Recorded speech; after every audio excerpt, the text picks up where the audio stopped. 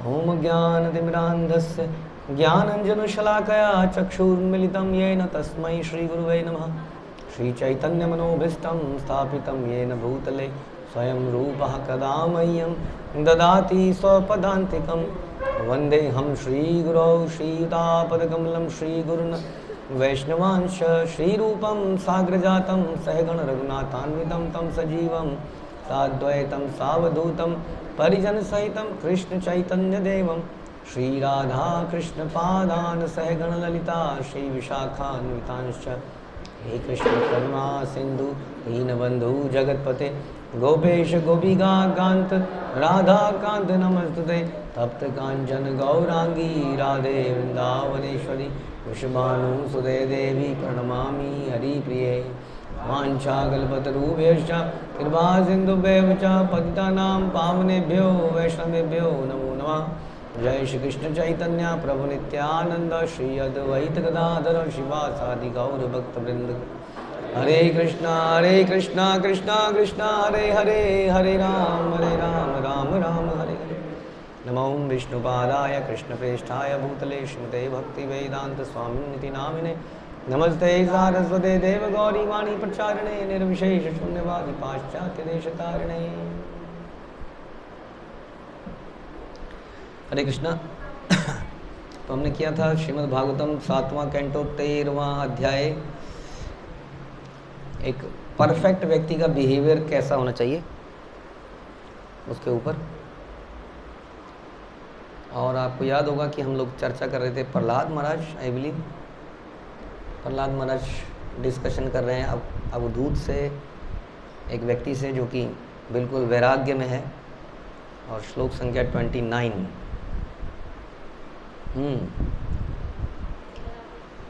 जिस प्रकार एक हिरण अज्ञानतावश घास के ढके हुए कुएं के जल को ना देखकर जल के लिए अन्यत्र दौड़ता फिरता है, उसी प्रकार भौतिक शरीर से आवृत यह जीव अपने भीतर के सुख को नहीं देख पाता और भौतिक जगत के में सुख के पीछे दौड़ता रहता है। ये श्लोक बहुत ही महत्वपूर्ण है, इसके बारे में गीता में भी भगवान बोलते हैं। अगर ये हमें समझ में आ जाएगा तो सारी समस्या सॉल्व हो जाएगी। श्लोक, हाँ, तो इसमें बता रहे हैं कि हम सब लोग सुख की तलाश में हैं। इसमें है, ये सच बात है, हम लोगों को सुख चाहिए, लेकिन हम लोग सुख को कहाँ ढूंढ रहे हैं? यहाँ बता रहे हैं ये सुख को भौतिक कहीं और ढूंढ रहे हैं। जैसे कि एक हिरन है जंगल में, बरसात के बाद घास उग जाती है तो जलाशय दिखने बंद हो जाते हैं, छोटे मोटे। बड़े जलाशय तो दिखते हैं लेकिन घास आ जाती है। या एक और एग्जांपल हम सुनते हैं कि कस्तूरी मृग, जो जानते हैं आप लोग, एक ऐसा हिरण होता है जिसके अंदर से कस्तूरी होती है।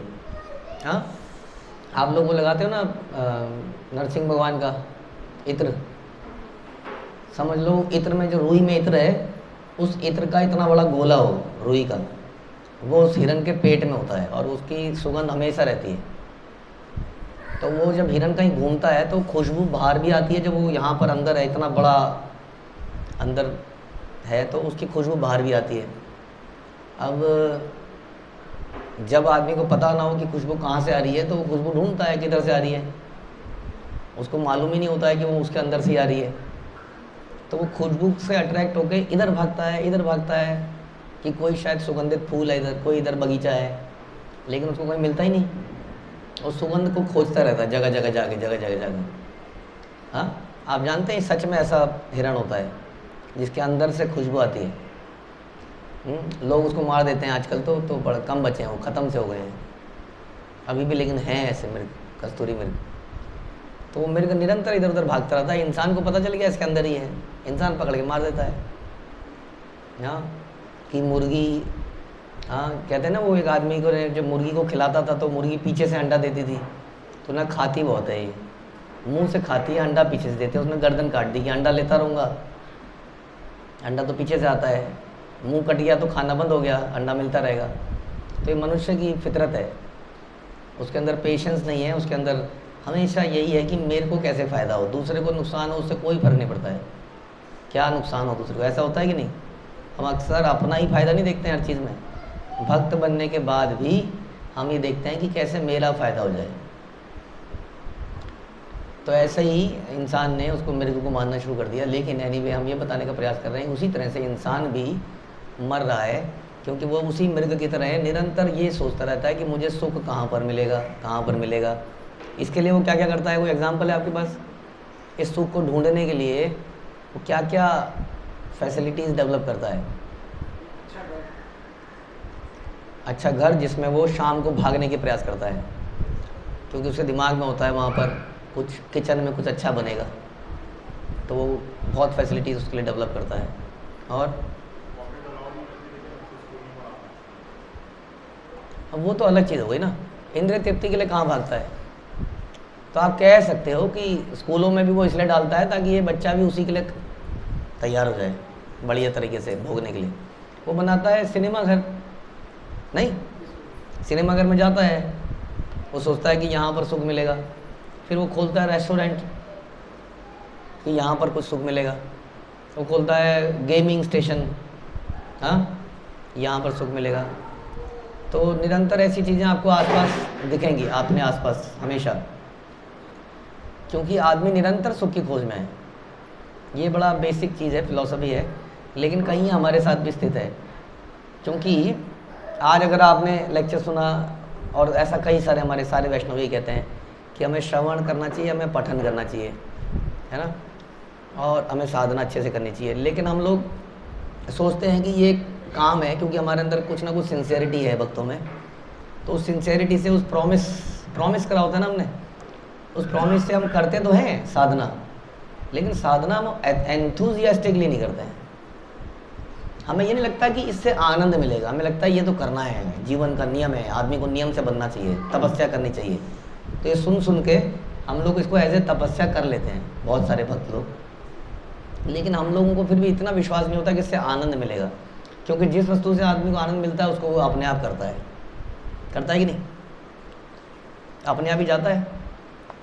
आप पिक्चरों के जरा से ट्रेलर दे देते हो, कहीं पर नई पिक्चर आई है तो लोग अपने आप सिनेमा घरों में जाते हैं। कोई आपके घरों में आता है, आइए जी सिनेमा घर नई पिक्चर लगी है, आइए डिस्काउंट देंगे, घरों में आता है कोई? लेकिन आपको क्लास में बुलाने के लिए लोग घरों में आते हैं,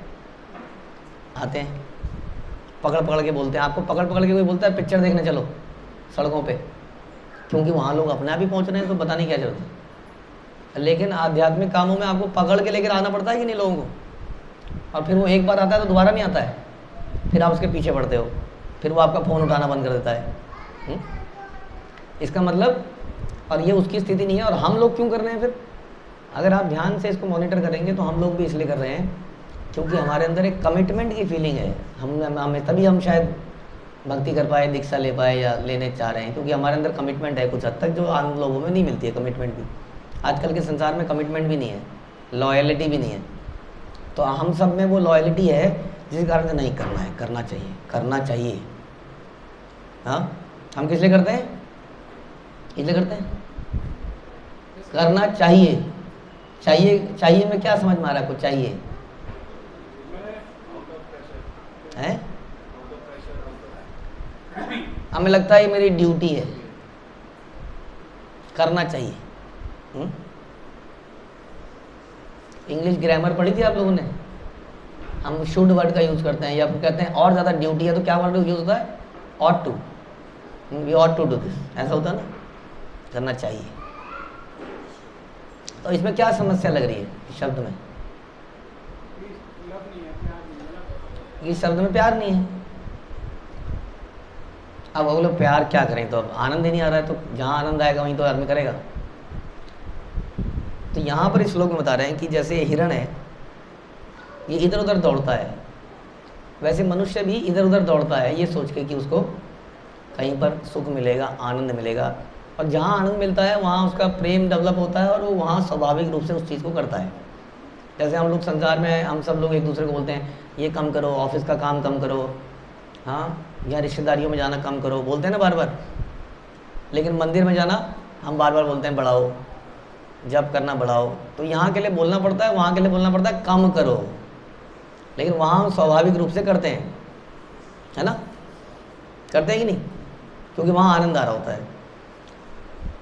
तो ये आनंद यहाँ पर शास्त्र बता रहे हैं कि हमारे अंदर या इन चीज़ों में मिलेगा, लेकिन इसकी रियलाइजेशन हमारे अंदर नहीं है कि इसमें मिलेगा। इतना ट्रस्ट हमारा नहीं है कि इसमें मिलेगा, क्या इसमें आनंद मिलेगा, और वो आनंद प्राप्त भी नहीं हो रहा है। वो आनंद क्यों नहीं प्राप्त होता है हमें? क्योंकि हम भक्ति करते करते क्या करते हैं, क्या करते हैं, हम अपराध करते हैं। उस अपराध के कारण हमें वो आनंद प्राप्त नहीं होता है।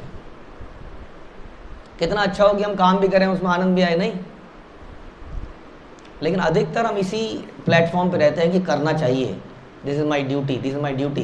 कौन सी भक्ति सबसे निम्न लेवल की भक्ति कौन सी होती है, बताइए जी? भय से, भय भक्ति, डर के मारे। उसके ऊपर ड्यूटी, मेरी ड्यूटी है, करना ही चाहिए।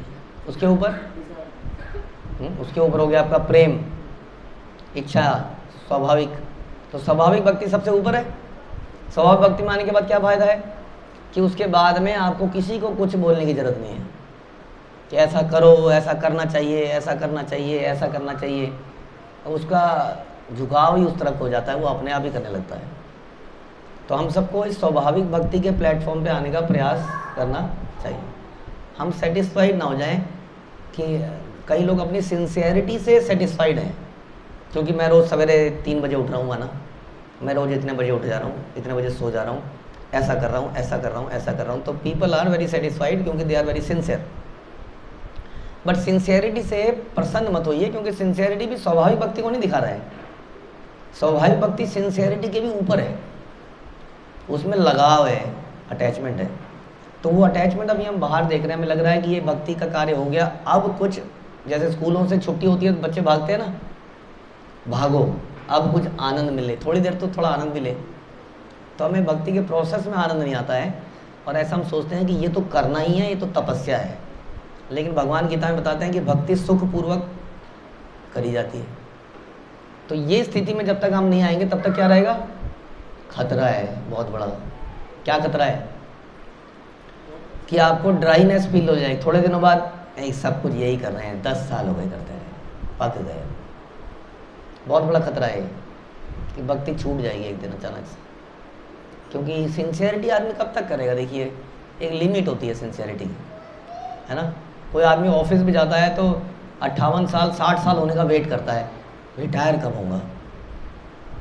सिंसियरली सर्विस कर रहा था 30 साल 40 साल से, फिर अब वेट करता है रिटायर कब होगा, क्योंकि वो छूटना चाहता है उस बंधन से। करता तो है, तो वैसे ही हमारे उनके साथ है कि हम लोग सिंसियरिटी से काम तो करते हैं, लेकिन हमारे अंदर वो लगाव ना होने के कारण एक दिन वो छूट जाता है हमसे।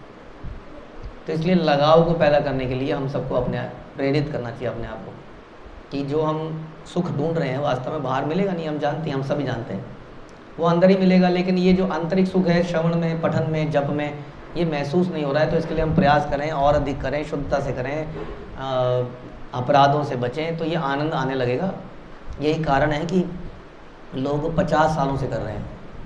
हाँ, आप जॉब करते हुए लोगों को 50 साल वाले मैंने तो नहीं देखे। आदमी की उम्र 20-25 साल में आदमी जॉब करना शुरू करता है लगभग और 55-60 में आदमी की रिटायरमेंट हो ही जाती है ना। तो मैक्सिमम कितने साल हो गए? मैक्सिमम 40 साल। 40 साल तो पॉसिबल नहीं है वैसे, है ना। अब हम कल उनसे मिले थे, शुद्ध कीर्ति प्रभु से, उनकी दीक्षा को 52 साल हो गए थे, और वो इतनी एक्साइटमेंट से लेक्चर दे रहे थे कि जैसे अभी कल ही प्रभुपाद से मिल के आए। इससे क्या पता चलता है कि उनके अंदर वो लगाव पैदा है, वो प्रेम, आनंद उनको मिल रहा है, तभी तो। वरना गुरु के जाने के कितने साल हो गए? 77 में प्रभुपाद गए, कितने साल हो गए? 46, 45, 46, 46 साल के बाद गुरु के जाने के। गुरु अगर अभी किसी वेन्यू से भी चला जाए आधे घंटे के लिए, जैसे टीचर क्लास से 5 मिनट के लिए चला जाए, तो उपद्रव हो जाता है उतनी देर में, उपद्रव। अब उस 46 ईयर आफ्टर कोई आदमी एंथुजियास्टिकली कर रहा है, इससे क्या पता चलता है? इससे पता चलता है कि सुख तो है इसमें कोई, जो हमें प्राप्त नहीं हो रहा है, उस व्यक्ति को प्राप्त है, और वो बिना किसी ज़रूरत के आनंद से जी रहा है। हम लोग ज़रूरतें बढ़ाते हैं कि शायद इनसे आनंद मिलेगा। ज़रूरतें बढ़ाने से क्या होता है बताइए? हाँ, जोर से, कुछ समझ नहीं आ रहा। प्रॉब्लम बढ़ती हैं, लेकिन पहले क्या होता है ज़रूरत पड़ने से? हाँ, ज़रूरत बढ़ने से आपको प्रयास करना पड़ता है उसके लिए, उसको प्राप्त करने के लिए समय लगाना पड़ता है, और अक्सर वो ज़रूरत हमारे हिसाब से पूरी भी नहीं हो पाती प्रयास करने के बावजूद। तो फिर हमारे अंदर क्या पैदा होता है? फिर फ्रस्ट्रेशन होती है। हाँ, तो ज़रूरत बढ़ाने से अल्टीमेटली फ्रस्ट्रेशन पैदा होती है, और ज़रूरतें कम करने से अगर वो भक्ति में आनंद, कहीं और आनंद मिले तो। अब वो व्यक्ति हैं, उनको क्या है, उनकी ज़रूरत है, देखिए सिंपल लाइफ है। प्रवचन दिया, मंदिर में प्रसाद पाया, फिर कहीं और चले गए, फिर वहाँ दिया, ऐसे तो करते होंगे वो, हर कोई बुला रहा होगा उन्हें। अब जब आप लोगों को भी भक्ति करते हुए 50 साल हो जाएंगे ना, आप लोगों को भी लोग बुला रहे होंगे, आपको महसूस नहीं हो रहा है? आपको अभी तो लग रहा है प्रभु जी बोलते रहते हैं बस। हम नहीं बोलते हैं, हम लोग आप लोगों के लिए और क्लासेस भी चला रहे हैं। आप लोगों को बोलना है तो वहाँ बोला जा सकता है। और माताएं तो स्कूल में बोल रही हैं, कुछ साल बाद माताएं कहेंगी 10 साल टीचिंग एक्सपीरियंस है। तो इस्कॉन में लोग जागरूक हो रहे हैं गुरुकुल खोलने के लिए। लोग कहेंगे माता जी हमारे यहाँ आओगे, हमारे यहाँ आ जाओ प्लीज़। डिमांड बढ़, जितने साल बीतते जाएंगे आपकी भी डिमांड बढ़ती जाएगी। लोग बुलाएंगे आपको, फिर इंट्रोडक्शन करेंगे, ये प्रभु जी, ये माता जी 50 साल से भक्ति में हैं। लेकिन उस वक्त फिर यही आनंद होना चाहिए आपका कि इधर कुछ लोगों को गाइड किया, उधर गए, उधर गाइड किया, जहाँ गए वहाँ प्रसाद तो खिलाई देगा वो, और शाम को सो गए।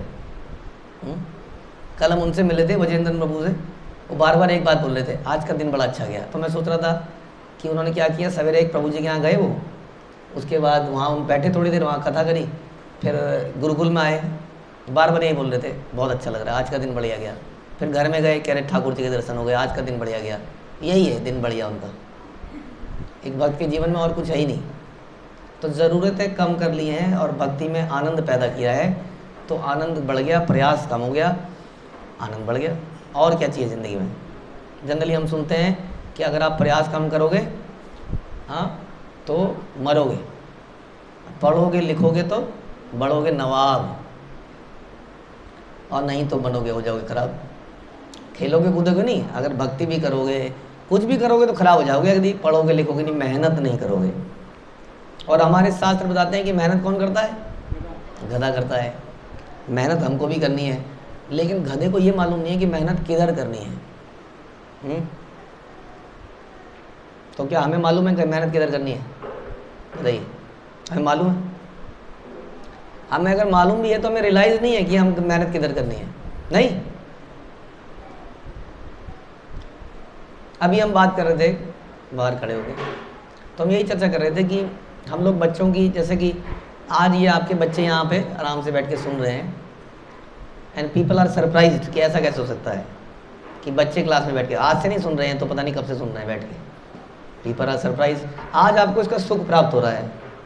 हाँ, लेकिन ये सुख प्राप्त होने से पहले कुछ इम्पॉसिबल पे आपने बिलीव किया किसी ने, और उस पर कार्य किया, तब ये सुख प्राप्त हो रहा है।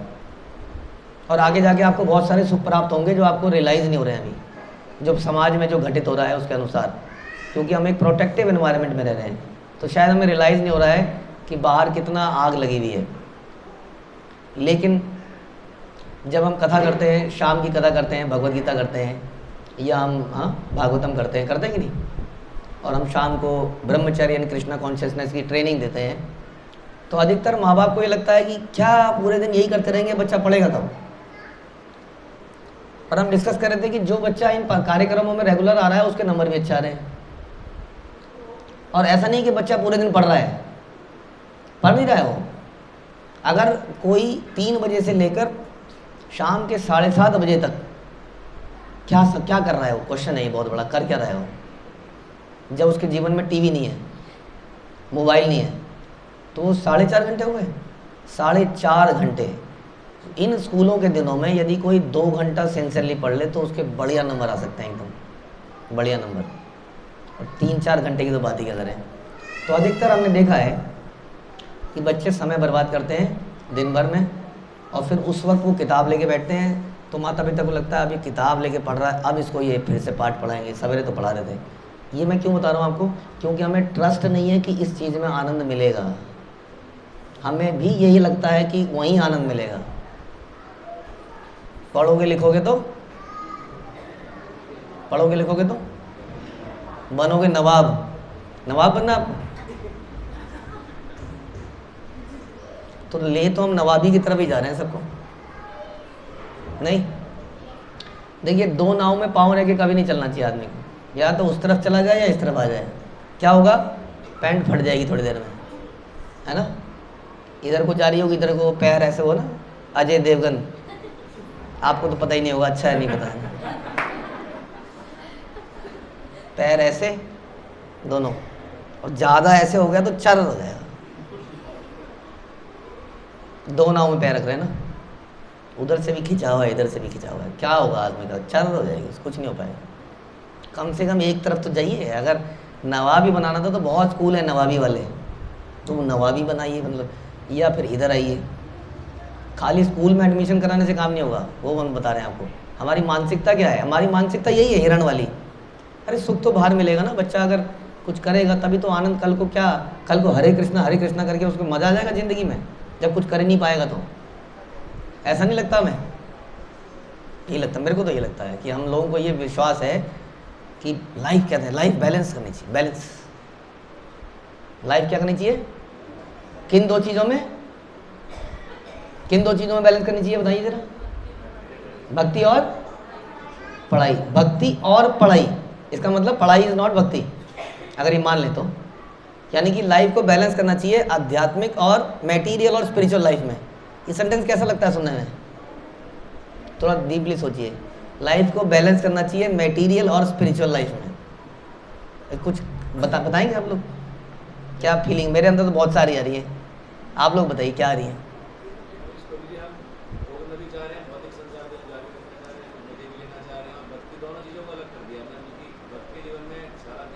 तो आध्यात्मिक लाइफ किसके साथ होती है, कृष्ण के साथ, और भौतिक लाइफ, तो हम कह रहे हैं माया के साथ भी थोड़ा सा समय दो।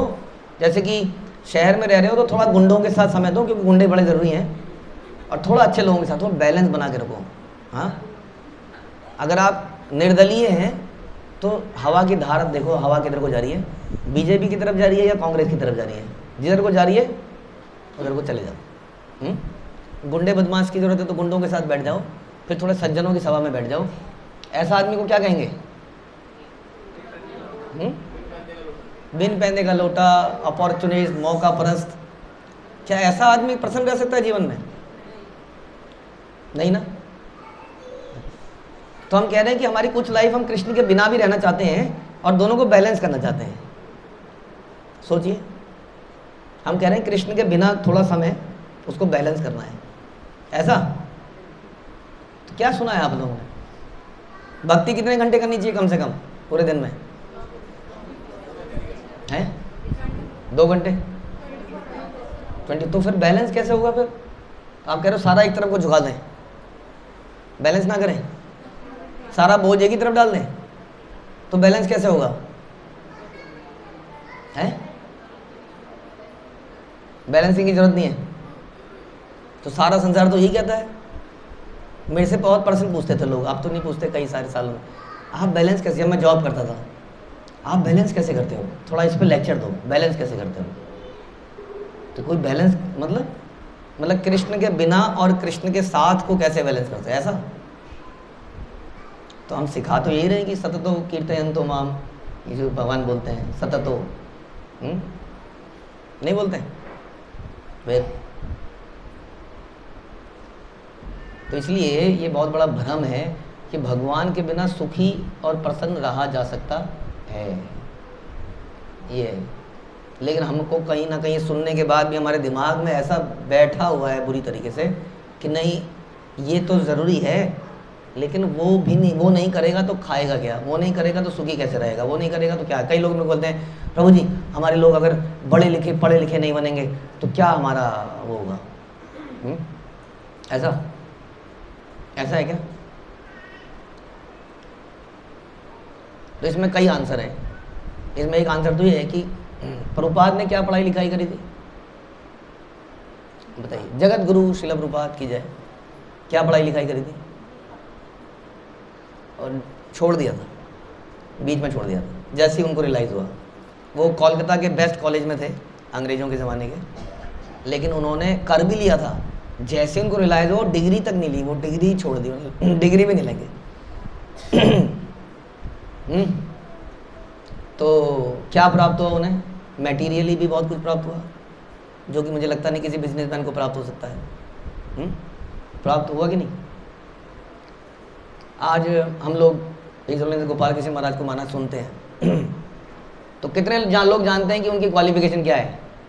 आप में से हाथ खड़े कीजिए, पूछूंगा मैं हाथ खड़ा करने के बाद, सोच लेना। ओके, तो अभी कितने लोग होंगे? हम लोग 60-70, इसमें से 4-5 लोगों को पता है, बाकी लोग उनके लेक्चर सुनते हो? तो बिना डेजिग्नेशन पहचान करके सुनते हो उनके लेक्चर कि वो मटेरियली क्या पढ़ाई लिखाई करी है, उसके बिना ही सुनते हो? पूछते नहीं पहले कि इन्होंने क्या पढ़ा लिखा है, फिर भी सुनते हैं। तो फिर इन बातों से तो ये समझ में आता है कि मटेरियल एजुकेशन ऐसा नहीं है कि आपको बढ़िया स्पिरिचुअल लीडर बना देगी। और हम तो लेकिन यही तर्क देते हैं, और इसी तर्क को देख के हम लोग फॉलो करते हैं उसको कि नहीं, अगर मटेरियल अच्छा होगा तभी तो स्पिरिचुअली भी अच्छा होगा। अच्छा, दूसरा क्वेश्चन, तो क्या जो स्पिरिचुअलिटी को फॉलो करते हैं वो मटेरियली दुखी हैं? एग्जाम्पल ले लेते हैं, चलो इस्कॉन के कोई भी सन्यासी के ले लीजिए, उन्होंने छोड़ दिया ना सब कुछ, तो क्या वो मटेरियली दुखी हुए उसके बाद? आपको क्या लगता है? मुझे तो लगता है कि मैं मतलब थोड़ा मजाक कर रहा हूँ, बुरा ना माने कोई, कि जितने भी ब्रह्मचारी बनते हैं, ब्रह्मचारी बनने के बाद मैंने उनको ऐसे होता हुआ देखा है। हाँ, चेहरा लाल। हाँ, क्यों? सुख की प्राप्ति होती है तो आदमी लाल हो जाता है, एकदम फूल जाता है, बढ़िया हो जाता है। नहीं देखा नहीं आप लोगों ने ऐसा? फिर तो कहने का मतलब ये है, आपको ये समझना पड़ेगा। और दूसरा ये है, चलो आपकी बात भी सुन लेते हैं कि प्रभु जी क्या मटेरियली पढ़ाना ही नहीं है क्या? आप ये कहना चाह रहे हैं? तो क्वेश्चन इस पे ऊपर ये है कि जो स्पिरिचुअलिटी को फॉलो करता है, क्या वो अगर गृहस्थ आश्रम में है, मान लेते हैं, और पूरी तरह से डेडिकेटेड है, तो क्या वो कुछ कर पाया? कभी नहीं कर पाया मटेरियली? हाँ, कुछ कर पाया कि नहीं?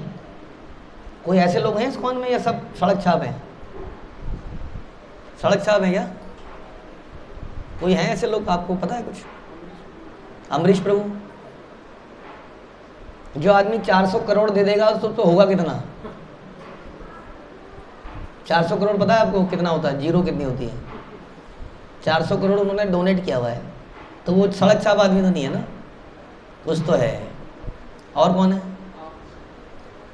और कौन है? मफत लाल, आप जानते हैं मफत लाल शूटिंग हमारे ज़माने में, तो अब तो पता नहीं और कुछ बना रहे होंगे वो। और सूर्या रोशनी, और बहुत बड़े बड़े मॉडल्स, बहुत बड़े बड़े इंजीनियर्स, मुझे नाम नहीं पता है, लेकिन वो कई हमारे डिवाइस के स्लाइड में होते थे नाम सारे, बहुत बड़े बड़े लोग। और ये लोग, मैं उनकी बात कर रहा हूँ जो टोटली डेडिकेटेड है। ये बैलेंस करने वाले लोग नहीं है। ये जॉर्ज हैरिसन बैलेंस करने वाला आदमी है। बैलेंस करने वाला आदमी उस ज़माने में, आज से 60 साल पहले 17 करोड़ की प्रॉपर्टी थी यूके के अंदर। 17 करोड़ का उसका एक घर था।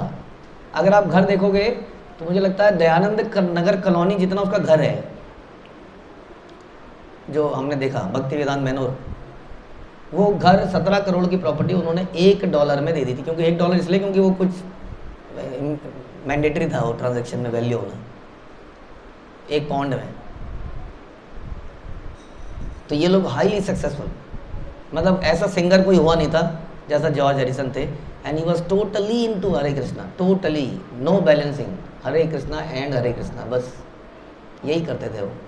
कहने का मतलब है कि ऐसा नहीं है कि स्पिरिचुअलिटी आपको कुछ प्राप्त नहीं होने देगी जीवन में, आपको सब कुछ प्राप्त होगा, लेकिन अज्ञानतावश घास से ढके कुएं के जल को ना देखकर जल के लिए अन्यत्र दौड़ता फिरता रहता है। ये है इसका परमर्म, इसका मतलब ये है। क्या मतलब है? कि बिल्कुल जल के पास खड़ा है, लेकिन जल ढूंढने कहाँ जा रहा है?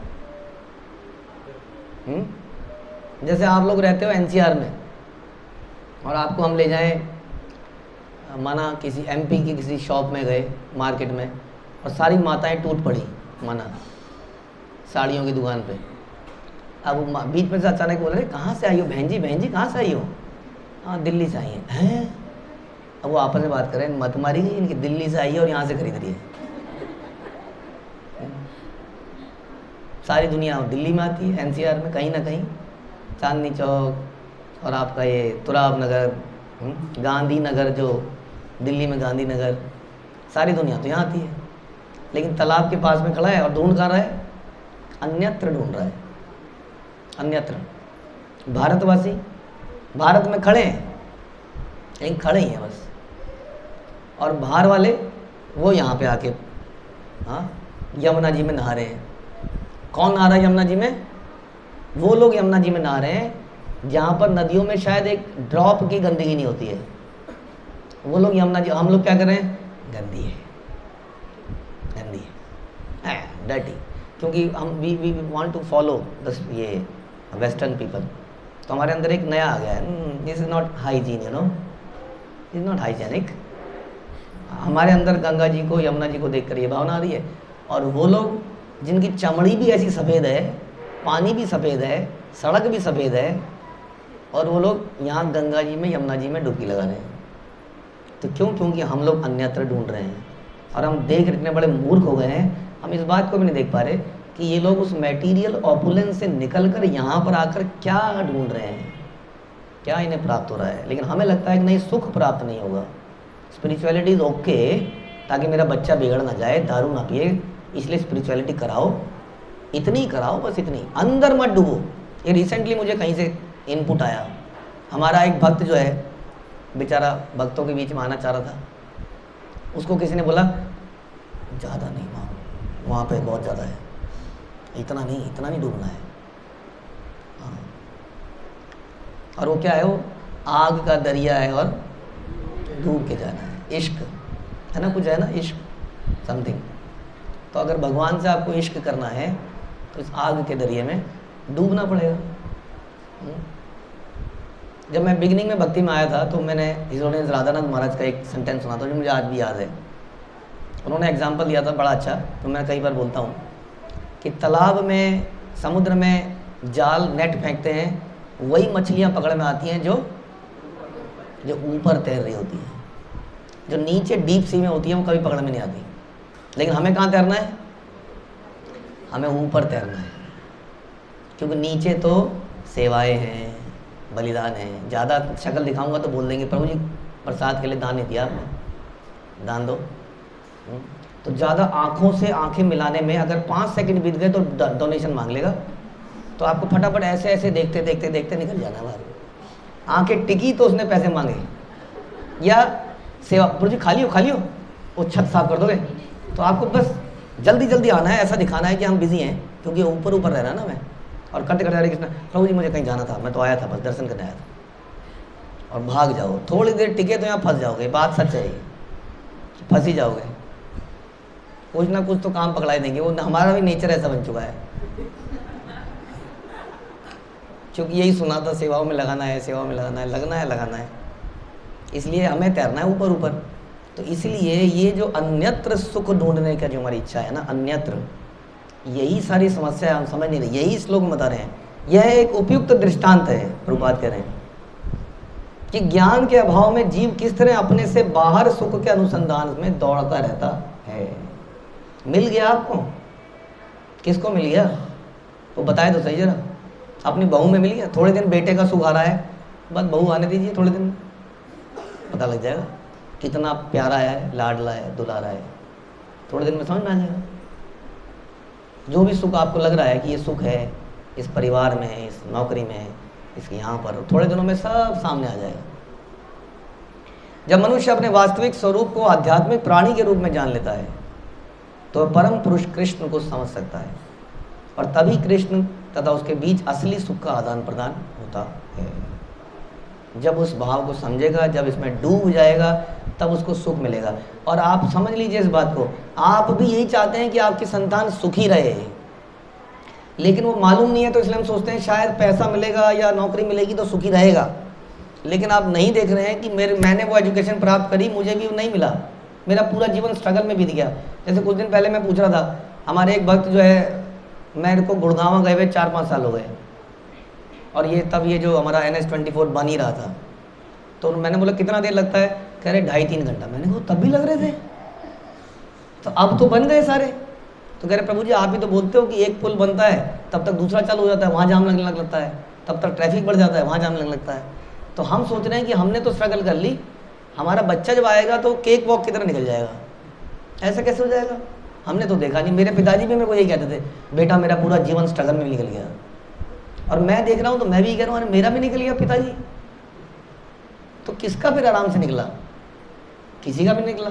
तो हम चाहते तो यही थे कि हमारा बच्चा सुखी रहे, लेकिन हमने उसको मतलब ही कुछ और बता दिया। सुखी रहने का मतलब ये है। इसलिए तो कहते हैं नहीं आएगा हमारा बच्चा 7:30 बजे की क्लास में, 8 बजे की क्लास में नहीं आएगा। क्योंकि क्या करेगा वो?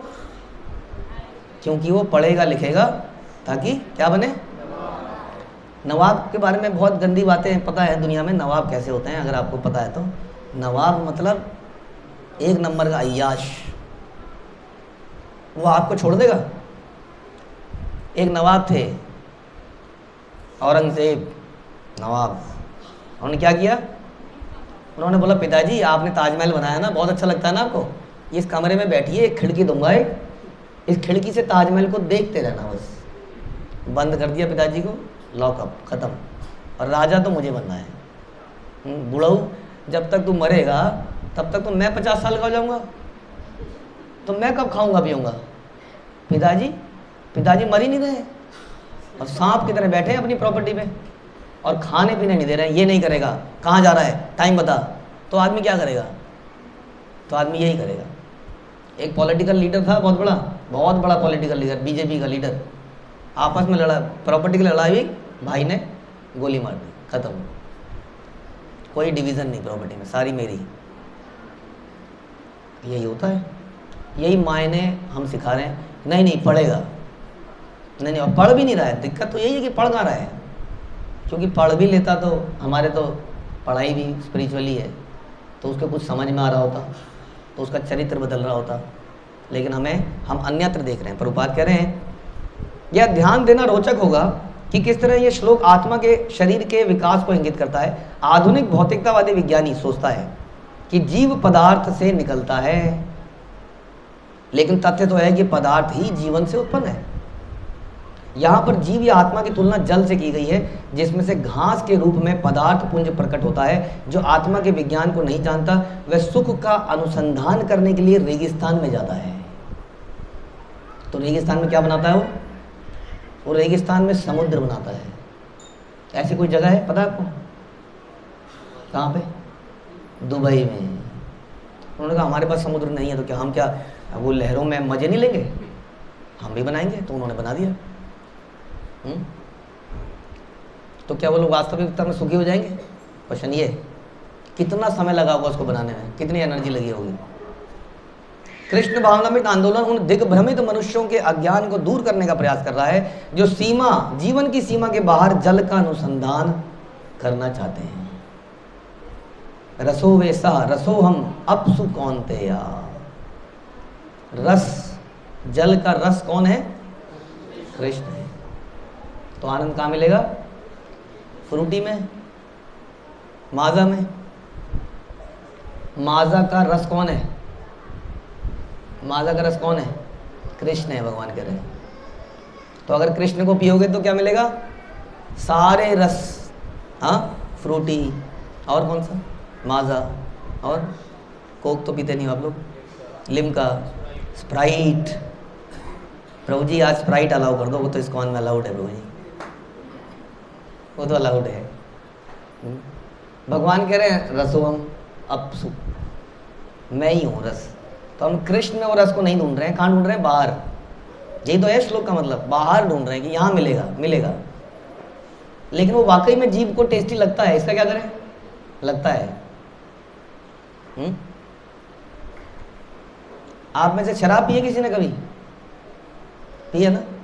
कैसी होती है टेस्ट में? कड़वी होती है। कड़वी चीज़ तो जैसे दवाई हम पीते नहीं थे, करेला हम खाते नहीं है, कड़वी की चीज़ के पीछे आदमी ऐसे कैसे, जैसे कोई स्त्री की बोतल है या स्त्री है, पता नहीं इतना ना, ऐसा कैसे? ये तो माजा का नहीं है, मीठा मीठा आम नहीं है ये। कड़वा कड़वा है। कड़वे कड़वे में ऐसा क्यों कि बोतल एक नारी लगती है उसको, ऐसा कैसे है ना? इसका मतलब आदमी को जिस चीज़ की लत लग जाती है, जैसे सुअर को पोटी खाने की लग जाती है, उसको पोटी भी लगती है। क्या है पोटी? गट्टे की सब्जी।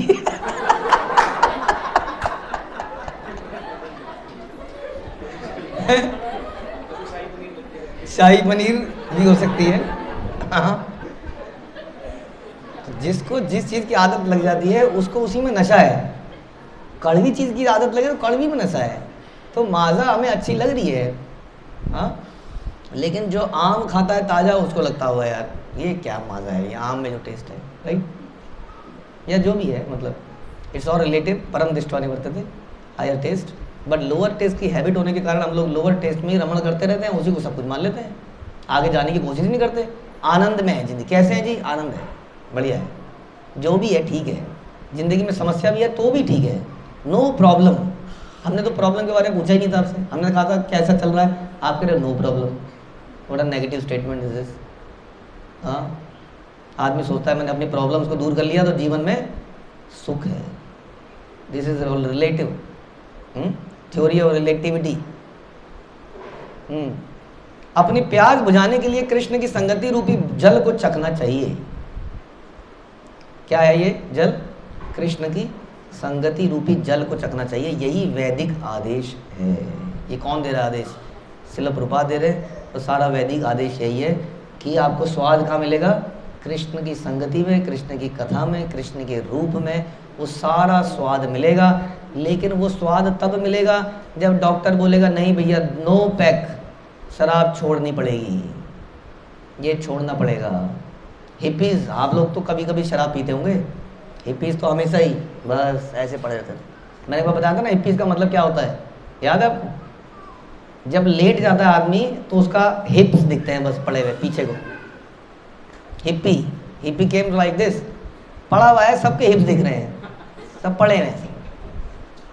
इतने धुत लोग अगर इस चीज़ को छोड़ दें और भगवान की भक्ति में लग जाएं, इसका मतलब अब उन्होंने उस रस को भी चख लिया है और अब इसको भी चख लिया है, एंड दे डिसाइडेड कि दिस इज़ बेटर। मुझे लगता है कि 0.5% लोग भी नहीं होंगे जो स्पिरिचुअलिटी को छोड़ के बुरी आदतों में पड़े होंगे।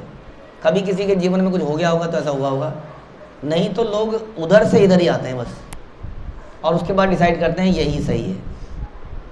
लोग, मैंने ऐसा नहीं देखा कि यहाँ पर समय बिताया उसके बाद बोला ये बेकार है और वही सही है, ऐसा तो मैंने नहीं देखा। कोई बहुत रेयर कोई जाता है, और जाता भी है तो वो पछताता है, कहता है नहीं प्रभु जी गलती हो गई, बहुत बड़ी गलती हो गई।